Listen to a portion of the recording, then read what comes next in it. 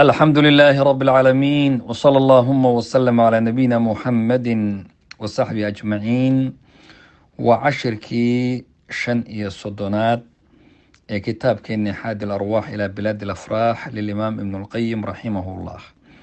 وأنا عشرك قدام بيا كتاب كان بإذن الله تبارك وتعالى أفضل نعيم لأهل الجنة.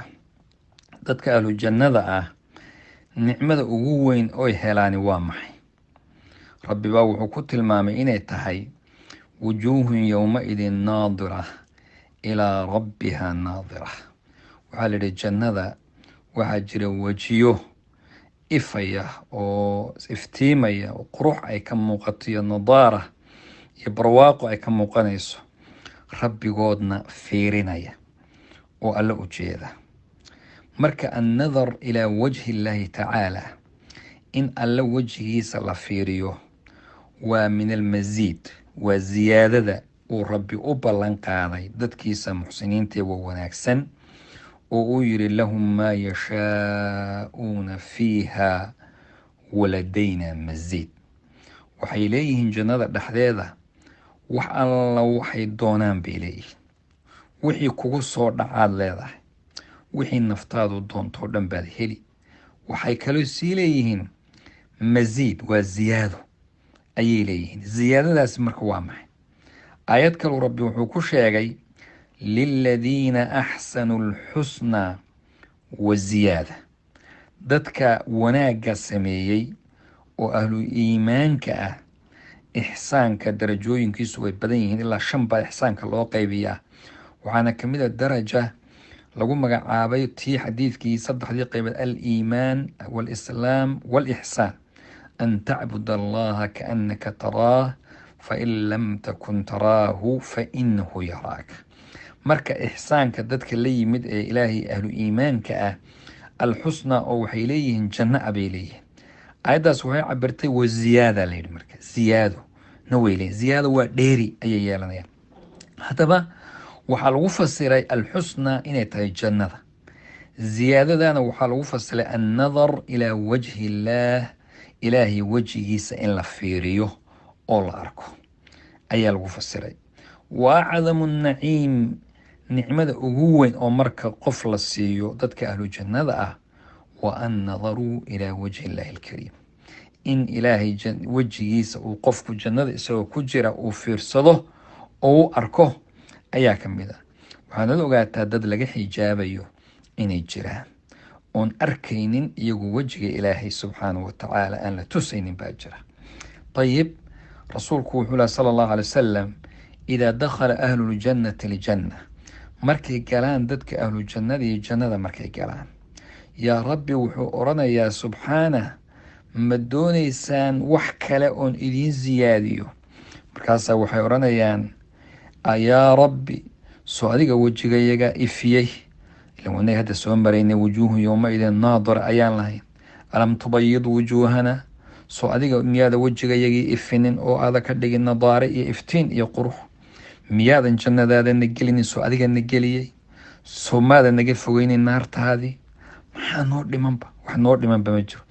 markaasuu rabbi subxaanahu watacaala intuu xijaabka fayakshifu lxijaab, xijaabka faydo, yani wixii ka qarinayay ayaa la satrigay.